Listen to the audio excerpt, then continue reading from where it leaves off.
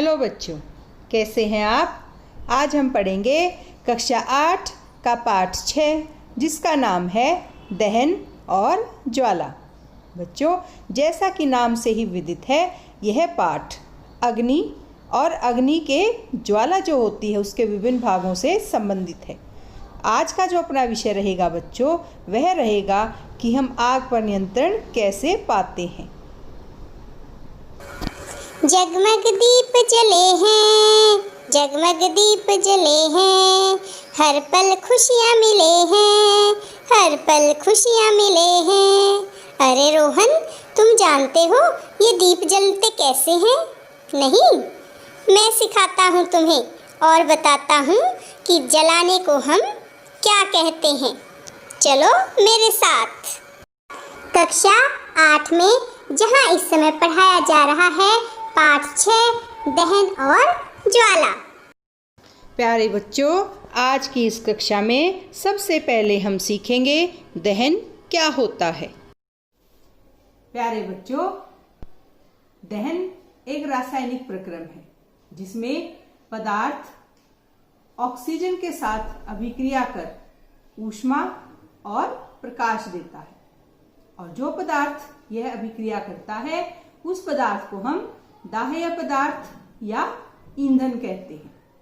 और ईंधन के उदाहरण जैसे लकड़ी, कोयला, एलपीजी, पेट्रोल, डीजल या कोई भी ज्वलनशील पदार्थ ईंधन का काम कर सकता है।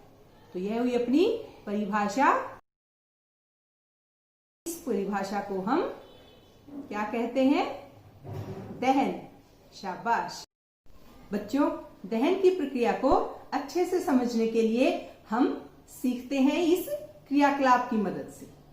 इस क्रियाकलाप में हम मैग्नीशियम रिबन का दहन देखेंगे, और यहाँ पर मैग्नीशियम एक ईंधन का काम करेगा और वायु में उपस्थित ऑक्सीजन के साथ अभिक्रिया करते हुए प्रकाश, ऊष्मा और राख का उत्पन्न करेगा।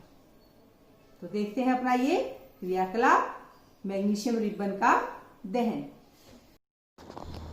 बच्चों, मैग्नीशियम रिबन के दहन में ईंधन का कार्य करता है मैग्नीशियम, और सहायक हैं ऑक्सीजन और मैग्नीशियम का ज्वलन ताप, और उत्पाद हैं ऊष्मा और रोशनी।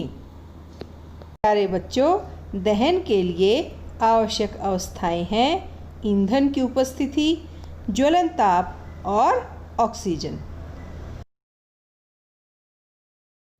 बच्चों, दहन के लिए आवश्यक 3 में से एक जो आवश्यकता है वह है ऑक्सीजन की उपस्थिति।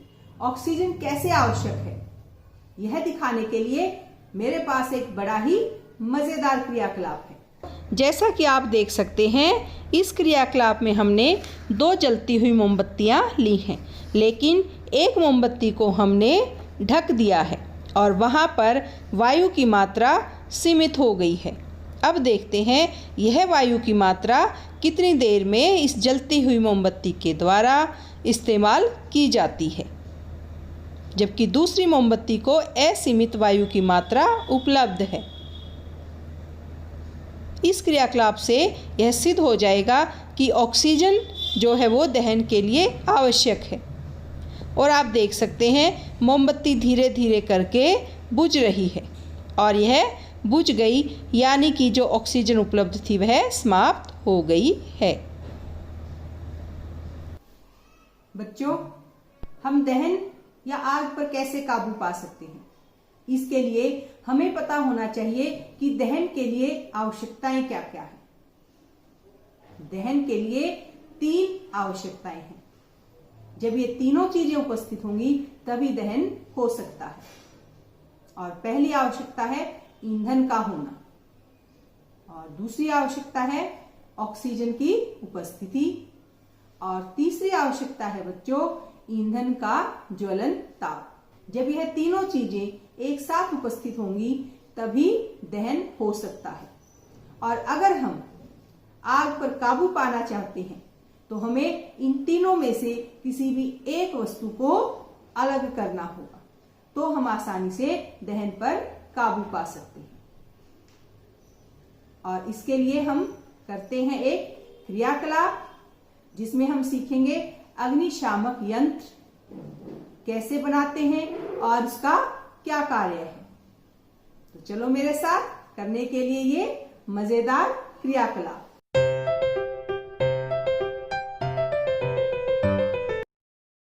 एक अग्निशामक यंत्र कैसे बनाया जा सकता है और कैसे वह कार्य करता है। इस यंत्र को बनाने के लिए हम 2 प्याली लेंगे, एक छोटी और एक बड़ी। और इसके लिए आवश्यक सामग्री होगी बेकिंग सोडा, जैसे हम यहाँ ले रहे हैं।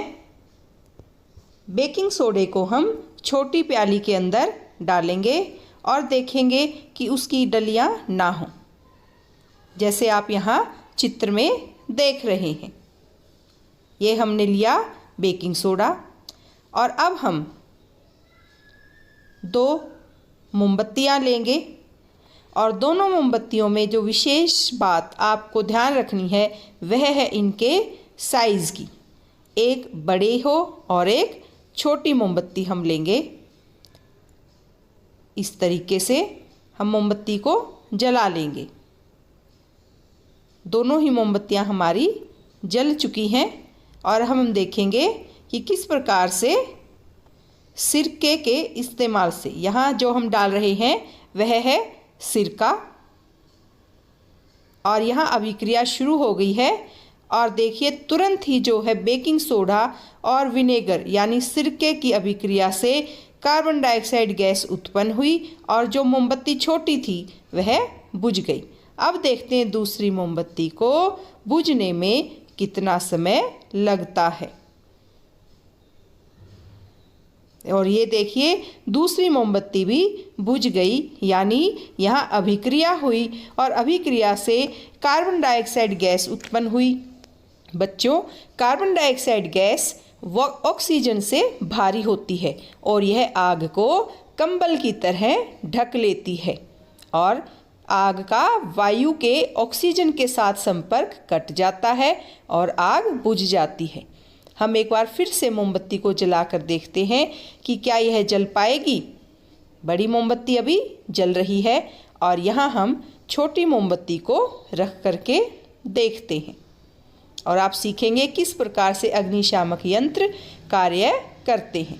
जैसे ही रखा मोमबत्ती बुझ गई और ये देखिए बड़ी मोमबत्ती भी बुझ जाती है जैसे ही हम उसे छोटी मोमबत्ती के नज़दीक ले जाते हैं, क्योंकि वहाँ कार्बन डाइऑक्साइड की मात्रा अधिक है और उसके संपर्क में आते ही आग जो है वो ऑक्सीजन के संपर्क से दूर हो जाती है और जलने में सफल नहीं हो पाती। और यहाँ आप ये देखिए कैसे अभिक्रिया हो रही है, जो बुलबुले हैं वो अभिक्रिया को दर्शा रहे हैं। और देखिए दोनों ही मोमबत्ती जो हैं वो कार्बन डाइऑक्साइड के समीप आते ही बुझ जाती हैं। ये हम जलाएंगे मोमबत्ती को और दूसरी मोमबत्ती भी ऐसे, ये देखिए कैसे बुझ गई, क्योंकि यहाँ अभिक्रिया हो रही है बेकिंग सोडा और विनेगर में और उसमें से उत्पन्न हो रही है कार्बन डाइऑक्साइड गैस। दोस्तों, मेरी तरह आप भी सोच रहे होंगे कि हमें इस प्रकार के अग्निशामक यंत्र की आवश्यकता क्यों है। हम तो इसे इस्तेमाल नहीं करते, क्योंकि हम आमतौर पर कुछ और इस्तेमाल करते हैं। आप बताएं, आप क्या इस्तेमाल करते हैं आग बुझाने के लिए? हम आग बुझाने के लिए आमतौर पर जल का इस्तेमाल करते हैं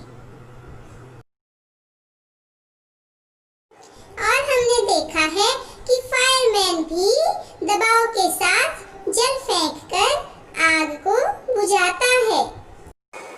अगर ऐसी बात है तो चलो इसका जवाब भी हम आज सीख लेते हैं कि क्यों हम जल को हर जगह आग बुझाने के लिए इस्तेमाल नहीं कर सकते।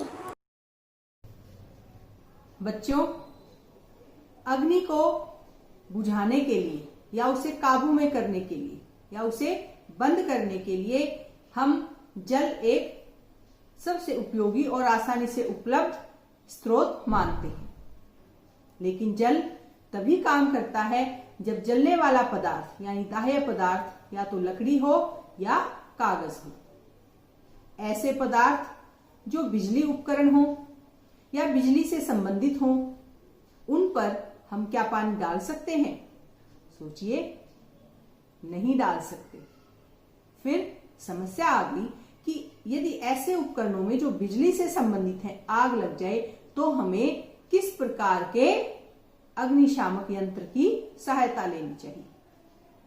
इसके लिए आपको मैं दिखाती हूं चित्र में, यह अग्निशामक यंत्र। बच्चों, यह है अग्निशामक यंत्र जिसका इस्तेमाल हम आग बुझाने के लिए करते हैं।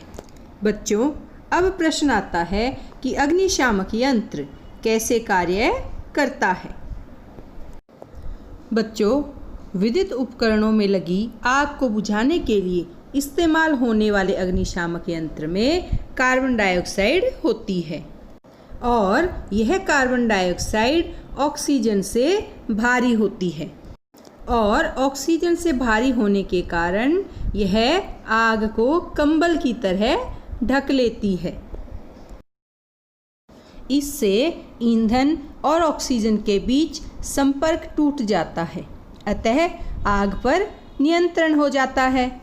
और बच्चों, कार्बन डाइऑक्साइड का अतिरिक्त लाभ यह है कि सामान्यतः यह विद्युत उपकरणों को कोई हानि नहीं पहुंचाती। दोस्तों, यह तो थी लकड़ी, कोयला, कागज विद्युत उपकरणों में लगी आग को नियंत्रित करने की विधि। परंतु यदि आग तेल और पेट्रोल में लगी हो तो उसे बुझाने के लिए हमें क्या इस्तेमाल करना चाहिए? जल या कार्बन डाइऑक्साइड युक्त अग्निशामक? आओ सीखते हैं। प्यारे बच्चों, तेल और पेट्रोल में लगी आग बुझाने हेतु भी जल का उपयोग उचित नहीं होता। जरा याद कीजिए कि जल तेल से भारी होता है, अतः यह तेल के नीचे चला जाता है और तेल ऊपर जलता रहता है। इसीलिए बच्चों, विद्युत उपकरण और पेट्रोल जैसे ज्वलनशील पदार्थों में लगी आग के लिए कार्बन डाइऑक्साइड सबसे अच्छा अग्निशामक होता है, क्योंकि कार्बन डाइऑक्साइड ऑक्सीजन से भारी होता है और यह ईंधन और ऑक्सीजन के बीच के संपर्क को तोड़कर आग पर नियंत्रण पाने में हमारी सहायता करता है। बच्चों, अब विचारणीय प्रश्न यह है कि हमें कार्बन डाइऑक्साइड की आपूर्ति कहाँ से मिलती है? बच्चों, उच्च दाब पर कार्बन डाइऑक्साइड को हम द्रव के रूप में सिलेंडरों में भरकर रख सकते हैं, जैसे एलपीजी को रखते हैं। सिलेंडर से छोड़े जाने पर कार्बन डाइऑक्साइड बहुत अधिक फैलती है और ठंडी हो जाती है, अतः यह न केवल आग को चारों ओर से घेर लेती है बल्कि ईंधन के ताप को भी नीचे ले आती है। इसीलिए यह अति उत्तम अग्निशामक है। बच्चों, कार्बन डाइऑक्साइड प्राप्त करने का एक दूसरा तरीका है सोडियम बाइकार्बोनेट या पोटेशियम बाइकार्बोनेट जैसे रसायनों के पाउडर का भारी मात्रा में छिड़काव। आग के निकट इन पदार्थों से बहुत सी कार्बन डाइऑक्साइड गैस निकलती है जो आग बुझा देती है। दोस्तों, मैं तो बड़े अच्छे से समझ गया कि हम अग्नि पर नियंत्रण कैसे पा सकते हैं। उम्मीद है आप भी सीख गए होंगे। तो अपने इसी पाठ को दोहराने के लिए हम करते हैं ये प्रश्नोत्तरी। आप भी मेरे साथ यह प्रश्नोत्तरी करना और जल्दी जल्दी सही सही जवाब देना। चलो करें ये प्रश्नोत्तरी जो आधारित है अपने पाठ दहन और ज्वाला पर।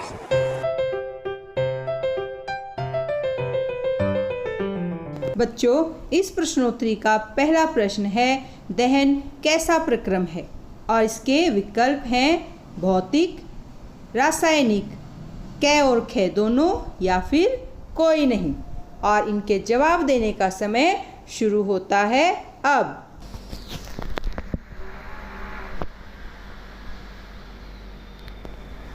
और बच्चों, इसका सही जवाब है विकल्प खे यानी रासायनिक प्रक्रम। और बच्चों, आपका दूसरा प्रश्न है पेट्रोल, अल्कोहल, एलपीजी आदि पदार्थ हैं और आपके विकल्प हैं ज्वलनशील, ज्वलनताप, अज्वलनशील या फिर कोई नहीं। और आपका समय शुरू होता है अब।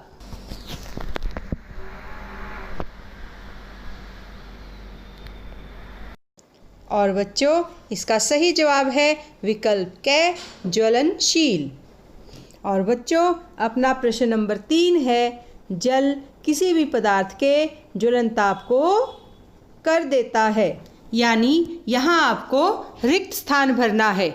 और आपके विकल्प हैं विकल्प कै कम, विकल्प खे ज़्यादा और विकल्प गे सामान्य या फिर विकल्प घे अत्यधिक कम। और आपका समय शुरू होता है अब।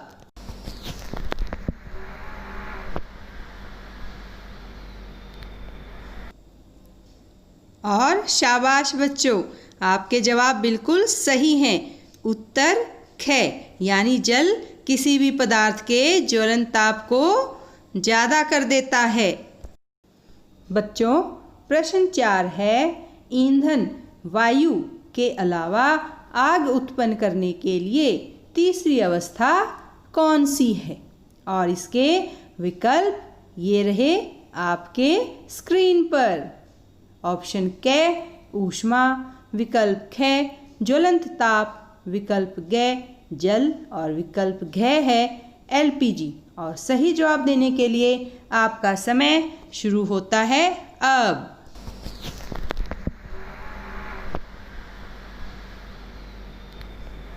और इसका सही जवाब बिल्कुल ठीक, उत्तर कै यानी ईंधन वायु के अलावा आग उत्पन्न करने के लिए जो तीसरी अवस्था है वह है ऊष्मा। शाबाश बच्चों। बच्चों, प्रश्न 5 है कार्बन डाइऑक्साइड आग को किसकी तरह ढक लेती है? और इनके विकल्प हैं आपके स्क्रीन पर आपके सामने। विकल्प कै जल, विकल्प खे कंबल, विकल्प गे वायु या फिर विकल्प घ मिट्टी। और सही जवाब देने के लिए आपका समय शुरू होता है अब।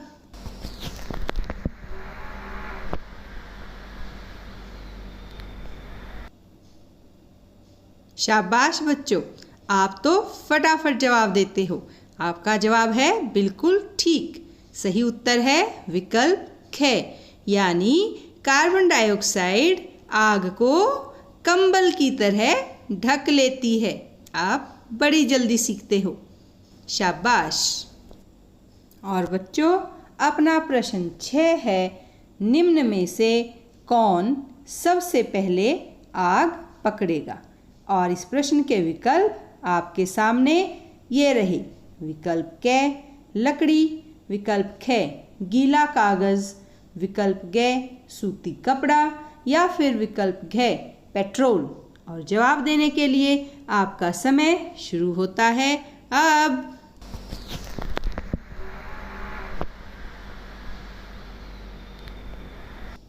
और इसका सही जवाब है विकल्प घ पेट्रोल, क्योंकि पेट्रोल का ज्वलनताप सभी विकल्पों में सबसे कम है। शाबाश बच्चों। बच्चों, अपना प्रश्न नंबर 7 आपके सामने माचिस की तिल्ली पर क्या लगाया जाता है, यानी जिससे माचिस जलती है वह कौन सा पदार्थ है? और आपके विकल्प हैं काला फॉस्फोरस, विकल्प ख नीला फॉस्फोरस, विकल्प ग लाल फॉस्फोरस या फिर विकल्प घ गुलाबी फॉस्फोरस। और जवाब देने के लिए आपका समय शुरू होता है अब।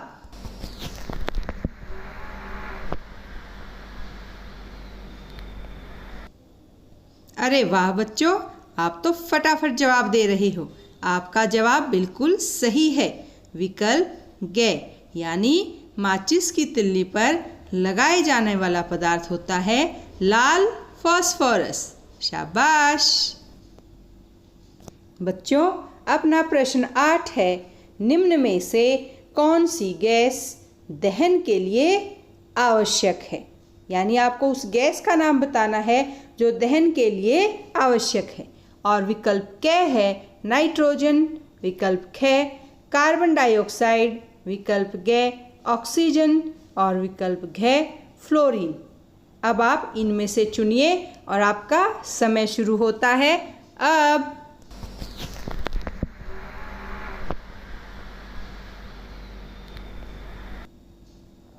अरे वाह, आपका उत्तर है बिल्कुल सही।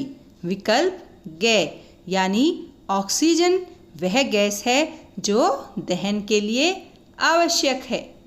शाबाश बच्चों, बढ़ते हैं अपने अगले प्रश्न की तरफ। और अपना अगला प्रश्न है, निम्न में से किस पाउडर की सहायता से हमें कार्बन डाइऑक्साइड गैस प्राप्त हो सकती है? और आपके विकल्प हैं आपके सामने। विकल्प क सोडियम बाइकार्बोनेट, विकल्प ख पोटेशियम बाइकार्बोनेट, विकल्प ग क और ख दोनों, या फिर विकल्प घ इनमें से कोई नहीं। और जवाब देने के लिए आपका समय शुरू होता है अब।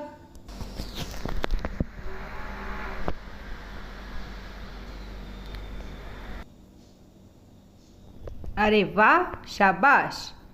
और इसका सही जवाब विकल्प ग यानी दोनों ही क और ख पाउडर हमें कार्बन डाइऑक्साइड गैस प्राप्त कर सकते हैं।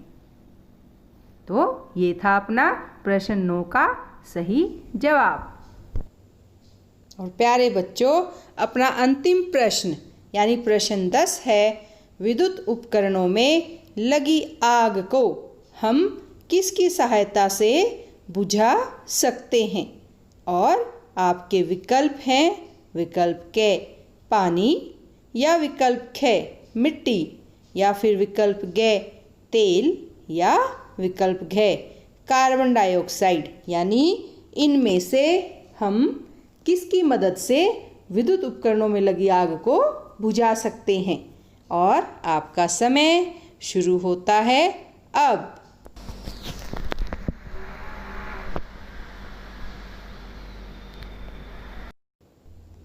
और आपने दिया है बिल्कुल सही जवाब, यानी विकल्प घ कार्बन डाइऑक्साइड। इसकी मदद से बच्चों हम विद्युत उपकरणों में लगी आग को आसानी से बुझा सकते हैं, क्योंकि यह ऑक्सीजन से भारी होती है और कंबल की तरह आग को ढक लेती है। तो आपका जवाब है बिल्कुल सही। आपने बड़े अच्छे से यह प्रश्नोत्तरी की। शाबाश।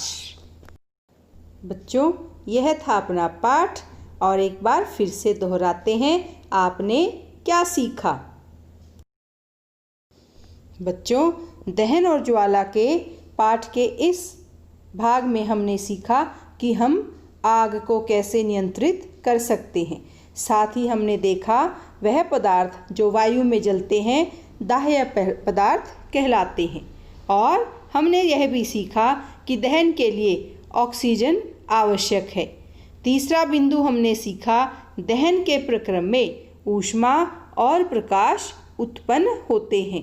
साथ ही बच्चों, ज्वलन ताप वह निम्नतम ताप है जिस पर दाह्य पदार्थ आग पकड़ लेता है। और बच्चों, ज्वलनशील पदार्थों का ज्वलन ताप बहुत कम होता है। साथ ही आग उत्पन्न करने हेतु आवश्यकताओं में से एक या अधिक को हटाकर आग पर नियंत्रण पाया जा सकता है। और बच्चों, साथ ही हमने सीखा कि आग पर नियंत्रण पाने हेतु सामान्यतः जल का प्रयोग किया जाता है और विद्युत उपकरणों और तेलों में लगी आग को नियंत्रित करने के लिए जल का उपयोग नहीं किया जाता। बच्चों, यह था अपना आज का पाठ दहन और ज्वाला, जिसमें हमने सीखा अति महत्वपूर्ण विषय, हम आग पर कैसे काबू पा सकते हैं या हम आग को कैसे बुझा सकते हैं। आग बुझाने के लिए हमने देखा अग्निशामक यंत्र और किस प्रकार से यह कार्य करता है और किस प्रकार हम बिजली के उपकरणों को अग्निशामक यंत्र की सहायता से आग लगने पर बुझा सकते हैं। आपको बड़ा मजा आया होगा। धन्यवाद।